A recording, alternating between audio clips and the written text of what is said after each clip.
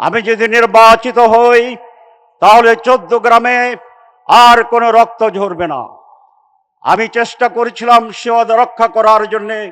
আমার সময় কোনো রাজনৈতিক হত্যাকাণ্ড হয়নি। আমি বলেছিলাম এখানে দলে দলে রাজনৈতিক দলগুলোর ভিতরে কোন্দল হবে না। আমার সময় সেটা আমি থামিয়ে দিয়েছিলাম, আপনারা জানেন।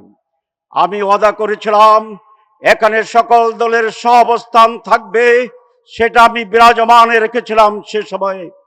আর একটি কথা আমি আপনাদের কাছে বলেছিলাম যে আমি 14 গ্রামে উন্নয়নের জন্য আমার সর্বত্র সর্ব জায়গায় সব কিছু দিয়ে উজাড় করে আমি চেষ্টা করব।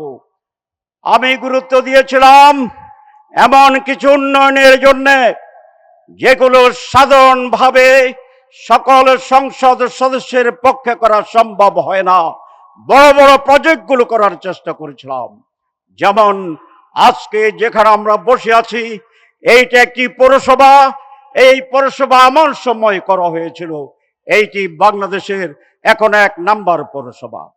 আমি গুরুত্ব দিয়েছিলাম হাসপাতালকে আধুনিক এবং বৃহৎ করার জন্য।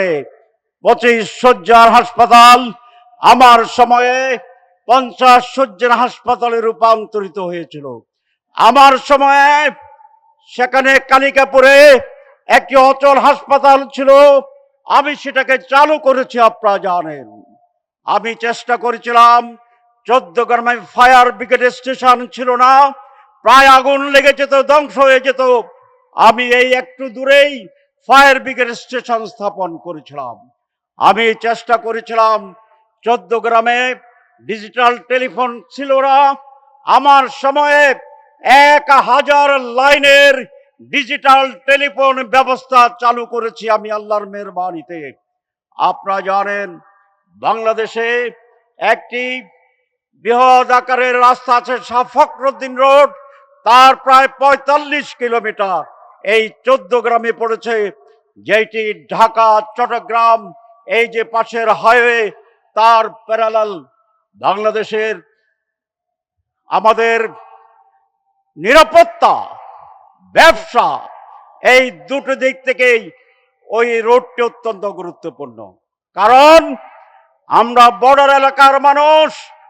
আগরতলা থেকে লং রেঞ্জ কামানের গোলা যদি ছোড়ে তাহলে ঢাকা চট্টগ্রামের আয় হয়ে অচল হয়ে যাবে।